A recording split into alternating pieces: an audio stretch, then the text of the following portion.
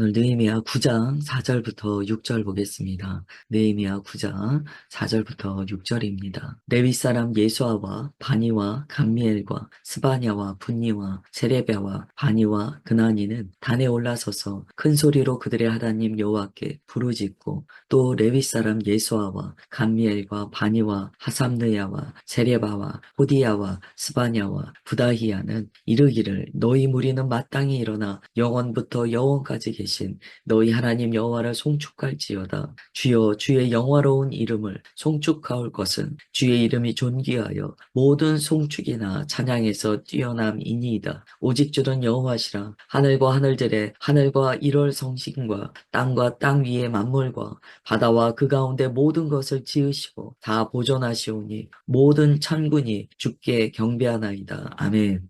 이 찬양에 대해서 매우 중요한 말씀을 주시는 구절입니다.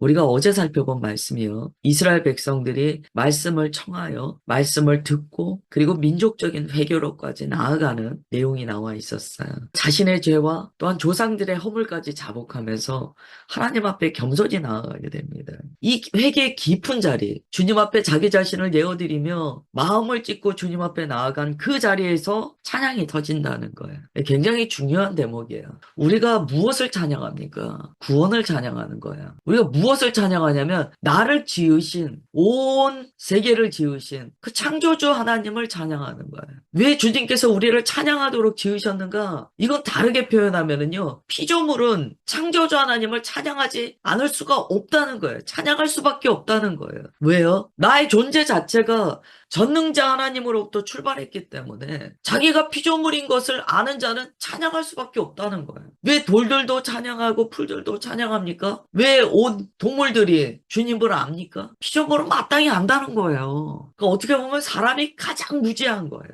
은혜 받으면 풀들이 찬양하는 걸 우리가 경험한다고 하잖아요. 왜 그런 일이 발생하냐면 피조세계는요. 창조주 하나님을 알아요. 자기 존재 자체가 하나님으로부터 비롯된 걸 알기 때문에 찬양이 그냥 터져 나온다는 거예요. 사람만 무식하고 무지하고 완악하고 완고하고 교만하고 오만해서 주님께서 오셔도 나의 생명 자체가 주님으로부터 비롯된 것을 모르고 찬양을 안 한다는 거죠.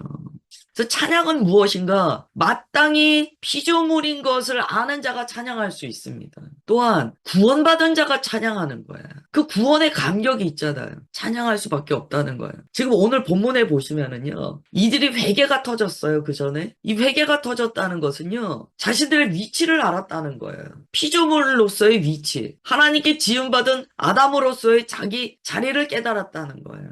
그걸 모르면 그냥 이 사람은요, 자기가 왕돼서 살다가 멸망하는 존재예요. 근데 정말 그들이 회개하면서 창조주 하나님을 향한 송축과 경배가 일어납니다. 회개하니까. 여러분, 회개가 얼마나 중요한지 몰라요. 진짜 회개하면 찬양이 터진다는 거예요.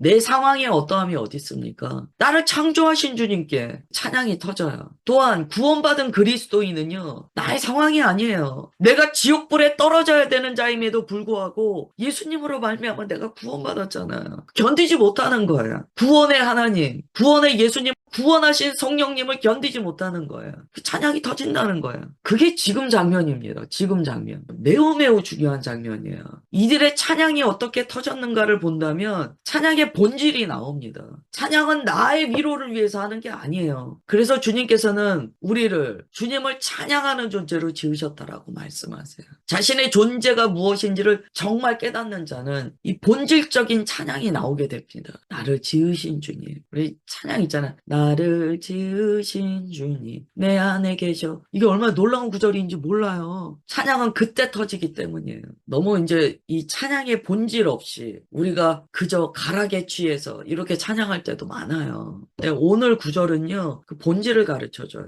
그래서 다시 한번 4절부터 6절 보세요. 사람들이요. 5절 중간에 보시면 이래요. 너희 무리는 마땅히 일어나 영원부터 영원까지 계신 너희 하나님 여호와를 송축할지어다. 왜 이렇게 외치는지 깨닫게 됩니다. 회개가 터졌어요. 회개하다 보니까 인간의 목적이 그들에게 불일 듯 일어나는 거야. 마땅히 사람들아 영원부터 영원까지 계신 여호와를 송축할지어다. 그게 우리의 목적이니까. 주의 영화로운 이름을 송축할 것은 왜 송축해야 되는가? 주의 이름이 존귀하며 모든 송축이나 찬양에서 뛰어남이니이다. 이 이야기는요, 마땅히 주님만이 찬양받으실 유일하신 하나님이시다라는 거예요. 그 6절 또 이야기합니다. 오직 주는 여호와시라. 무엇을 찬양하냐면 하늘과 하늘들의 하늘과 1월 성신과 땅과 땅 위의 모든 만물과 바다와 그 바다 가운데 있는 모든 것, 천지의 모든 것, 우주 만물의 모든 것을 주님께서 지으시고 보존하시오니, 이 보존하시오니가 얼마나 중요합니까? 지으시기만 한 것이 아니고 지으시고 지금까지 해와 달과 별들, 온 우주 만물, 그리고 지금의 나를 보존하시오니 모든 천군께 주께 경배하나이다. 모든 천군이 주께 경배하나이다. 모든 피조물이 주님께 경배한다고 찬양합니다. 그게 찬양이에요. 피조물이 자기 정체성을 인식하고 자기 존재, 지금 자기가 현재 있음을 깜짝 놀라면서 기뻐할 때 온 세계를 지으신 하나님 찬양하나이다. 나를 만들어주신 하나님 찬양하나이다. 더욱이 예수님의 구원하심의 은혜를 바라볼 때 죽을 수밖에 없는 죄인 나를 구원하여 주신 주님 찬양하나이다. 그게 찬양이다. 그러니까 사실요, 우리가 하나님을 모르고 구원의 은혜를 모르면 그 찬양은 그냥 이게 유행가인지 찬양인지 알 수 없는 거예요. 찬양의 본질을 오늘 성경에 가르쳐 주세요. 4절 보시면 레위 사람들이 단에 올라가서요, 큰 소리로 그들의 하나님 여호와께 부르짖었다라고 이야기합니다. 이 부르짖음은 찬양의 부르짖음이었어요. 그들 마음이 견딜 수 없었던 거야. 그동안 그들이 성벽 지으면서 불평 안 했겠습니까? 아유, 하나님도 무심하시지. 우리를 이렇게 포로 생활 되게 하시고 포로로 바벨론 끌려가게 하시더니 이제 돌아와 보니 예루살렘 폐허돼 있고 먹고 살기 힘들고 아유, 정말 힘들다. 그거 안 했겠습니까? 그래서 정말 은혜는요, 자신의 근원으로 돌아가 하나님을 찬양할 때 그게 진짜 은혜 받았다라는 증거예요. 은혜 받았다고 하는데 그 은혜가 나를 만족시켜 주신 하나님, 내가 원하는 거 해주신 하나님, 그래서 내가 은혜 받았다. 그냥 나를 채워줘서 하나님 제가 은혜 받았습니다. 그게 은혜가 아니라는 건 아니에요. 그러나 지금 성경에서 말씀하시는 참된 은혜는요, 그 정도의 은혜가 아니에요. 이게 회개가 가져오는 하나님의 은혜의 능력입니다. 진짜 회개하니까 내가 죽을 수밖에 없는 죄인이라는 것이 깨달아지면서 존재에 대한 찬양이 나오기 시작했다는 거예요. 하나님, 온 세계를 지으신 하나님, 주님의 영광을 어떻게 찬양해야 될지 이 마음이 불타오릅니다. 그러면서 막 온 회중이 찬양하기 시작합니다. 하나님을 송축해요. 영원부터 영원까지 계신 하나님 찬양합니다. 하늘과 하늘의 모든 것, 땅과 땅의 모든 것, 바다와 바다의 모든 것을 지으신 하나님 찬양하나이다. 여기서 우리가 조금 또 한 가지 포인트 묵상할 게 있어요. 지금 제가 나를 지으신 하나님 이런 말씀을 드렸는데요. 6절에 보시면은요, 그들이 자기 자신을 어디에 포함시켰을까요? 땅과 땅 위의 만물에 포함시킨 거예요. 저는 여기서 겸손이 읽혀진다라고 생각이 돼요. 나를 지으신 주님 막 이게 아니고요. 그들이 지금 땅과 땅의 만물에 자기를 포함시켜서 피조물의 하나로서 주님을 찬양합니다. 아름답지 않습니까? 사람이 뭐라고 자기를 마치 하나님과 같이 생각하며 그냥 가만히 우리가 성경을 보다 보면은요, 이 사람처럼 교만한 게 없어요. 사람을 제외한 다른 피조물은 주님께 존재를 허락하신 감사와 찬양을 올려드립니다.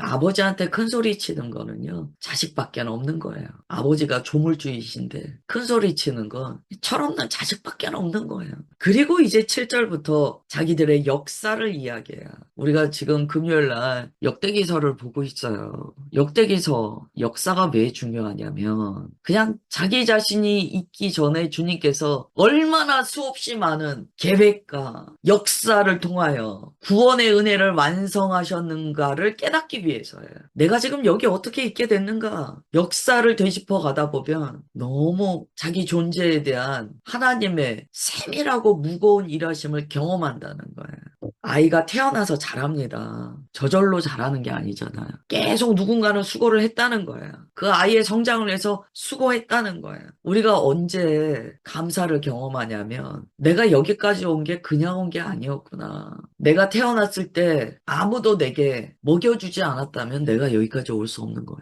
그래서 하나님께서 말씀하시는 거예요. 너가 피투성이가 되어 땅에서 발짓할 때 불쌍히 여겨 데려다가 씻고 길렀다. 그 말씀을 하시는 거예요. 그렇게 해서 내가 너를 길렀는데 나중에 이제 집 뛰쳐나가서 자기 혼자 큰 것처럼 주님 버리고 음행하고 그랬다. 그게 이제 이스라엘에 대한 하나님의 말씀이셨잖아요.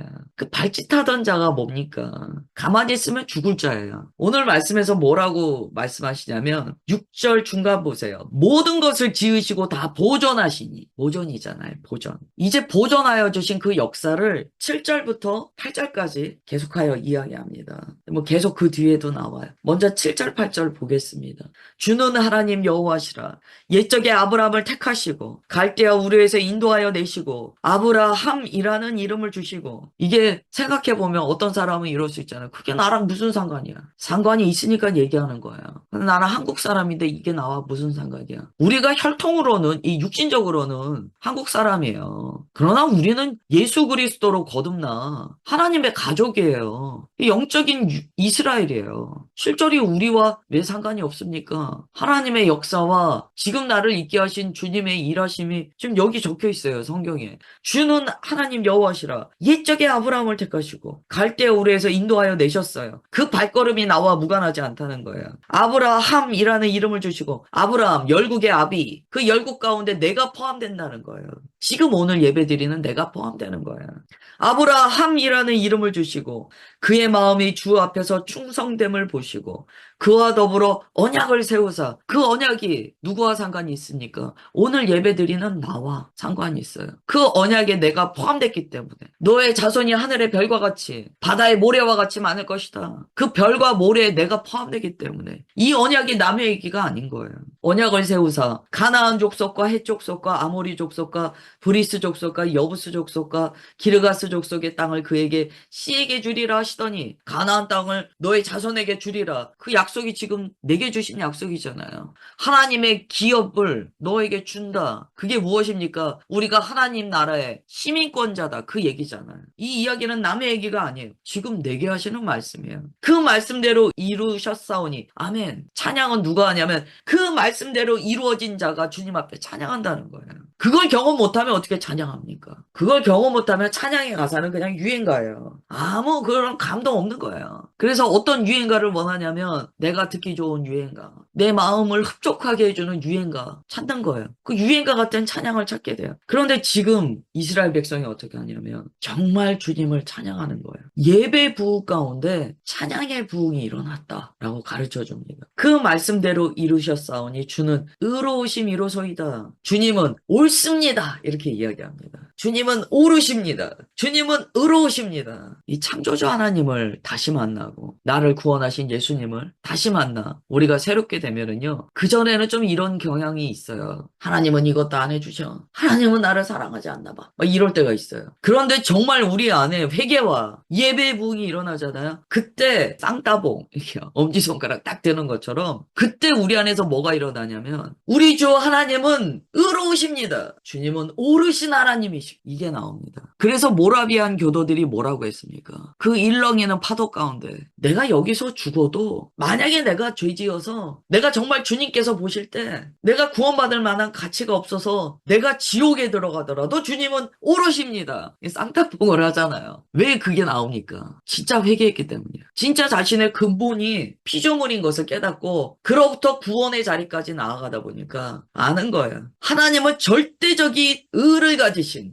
영원하시고 위대하신 하나님이십니다. 이게 내 안에 새겨지는 거예요. 그래서 무엇을 봐도 주님은 옳으십니다. 이게 얼마나 중요한 고백인지 몰라요. 주는 의로우십니다. 여러분 자기 삶을 보세요. 얼마나 많이 내 마음에 분함이 있습니까? 하나님 이게 하나님의 의예요? 지금 이게 옳습니까? 그게 쏙 들어갔다는 거예요. 하나님은 의로우십니다. 이스라엘 백성이요 바벨론 포로 생활하면서요 노예 생활하면서 중노동하고 무시당하고 때로는 두드려 맞아 죽는 동족들을 보고 비참하게 살았어요. 그러나 주님은 의로우십니다. 여러분 이스라엘이요 진짜 영적인 대각성이 일어나고 그들이 변화받잖아요. 그들이 주님 앞에 정말 엄지손가락을 세우며 주님 의로우십니다. 그날이 정말 온 우주가 감격하는 날일 거예요. 오늘 여기까지 보겠습니다. 기도하겠습니다. 하나님 말씀이 얼마나 우리의 마음을 겸손하게 하시오며 주의 말씀이 얼마나 우리에게 진리의 빛을 비춰주시는지 아침에 눈을 떠 주님 앞에 나아가며 다시 한번 엎드리며 감사드립니다. 이스라엘 백성이 회개가 일어나 모든 자들이 마음을 찢고 엎드려 기도할 때